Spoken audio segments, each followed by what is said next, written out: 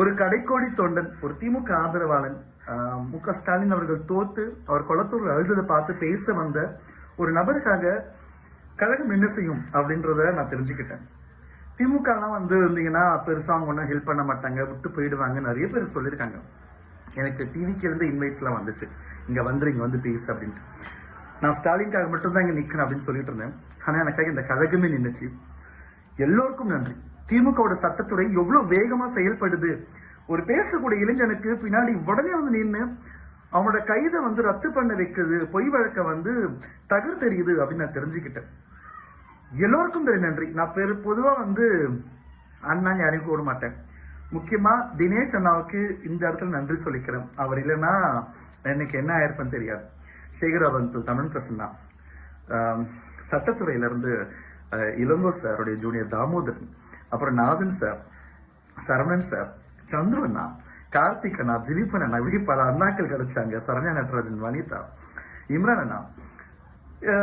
இந்த 2 மாசமா தான் பழகினாங்க என் நண்பர்கள். அந்த நண்பர்கள் யாரும் நீங்களுக்கே தெரியும். அவங்கெல்லாம் சாப்பிடாம நின்றுட்டு இருந்தாங்க எனக்காக. நான் யாரெல்லாம் ஃப்ரெண்டுன்னு நினைச்சோம் அவங்களாம் கூட என் பக்கத்துல நிக்கல, கழகம் மட்டும் தான் நினைச்சு. இன்னைக்கு சொல்றேன், மூச்சு நிக்கிற வரைக்கும், நான் சாகிற வரைக்கும் திமுக மட்டும்தான் பேசுவேனே. முத்துவேல் கருணாநிதி ஸ்டாலின் என்னும் நான் அப்படின்னு சொல்லும்போது அந்த வார்த்தையை கேட்கிற வரைக்கும் நான் பேசுவேன். தாவைக்கு எதிர்த்து பேசுவேன், செய்யும் அவங்க செய்யறது எல்லாமே கேள்வி கேட்பேன்.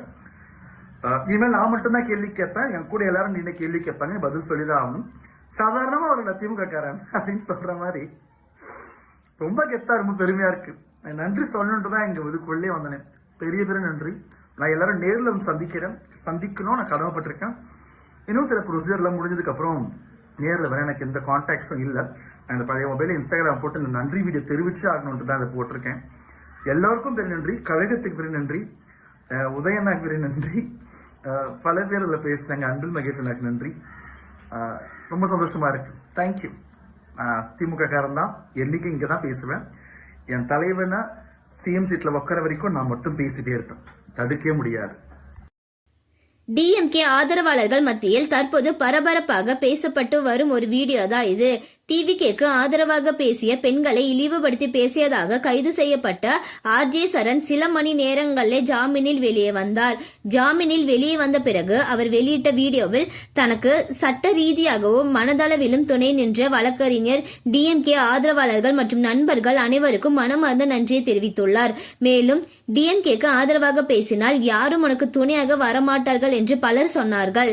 ஆனால் அந்த எண்ணத்தை முறியடிக்கும் வகையில ஏராளமானோர் எனக்கு ஆதரவாக நின்றார்கள். அதற்காக அனைவருக்கும் என் மனமார்ந்த நன்றி என்று உணர்ச்சிபூர்வமாக பேசியுள்ளார்.